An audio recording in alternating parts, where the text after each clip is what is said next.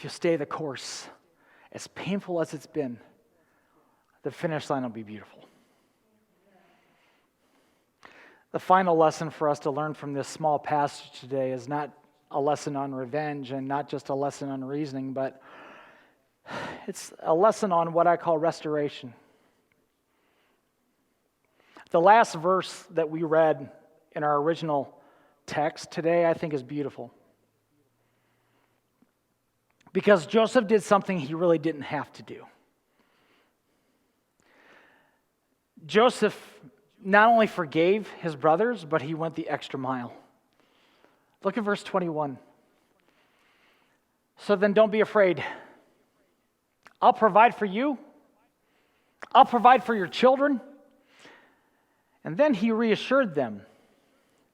And he spoke kindly to them. You know what Joseph did? Joseph did the exact opposite of what our flesh would say that we should do. Hey, we're the guys that hurt you.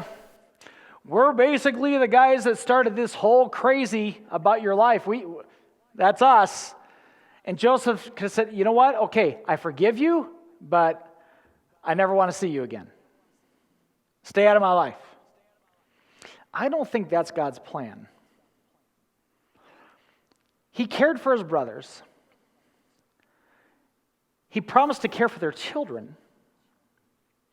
He spoke kindly to them, and he reassured them. Back to Romans chapter 12, when we read that passage about God saying it was his to avenge.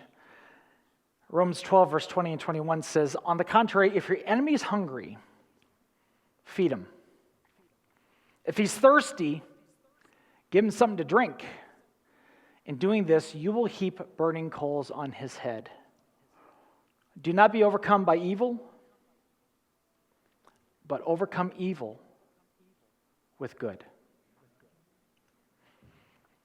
You will never overcome evil with more evil. You will never overcome evil with more evil. We overcome evil with good. Let me pause and tell you that there is a difference between forgiveness and trust. There is a difference between forgiveness and trust. Forgiveness is freely given. Trust is earned. Somebody may break your trust. You can forgive them freely, but they have to earn that trust back. And that may be a process. If I let one of you drive my car and you wreck my car, I'll be mad at you. But I'll be able to forgive you. But my next car, you ain't getting nowhere near the keys. We got to work on that. I think the problem for a lot of us is that we have dealt with people thinking that forgiveness and trust are synonymous, and they're not. Some of us need to put some healthy boundaries in our lives. Healthy, holy boundaries in our lives. We can forgive. Let's allow people to rebuild the trust, but don't hand them the keys to your car until they're ready to turn the ignition, until they're ready to drive it again. Does this make sense to anybody here today? Here's the question. How do we treat the people that we have forgiven? How do we treat the people that we've forgiven? I think that's where we need the wisdom of God. Because if how we treat that person is motivated by hate or anger, I don't believe that that's of God.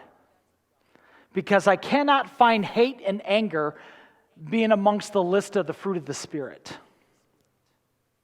But if we're motivated by things like love, and peace and joy.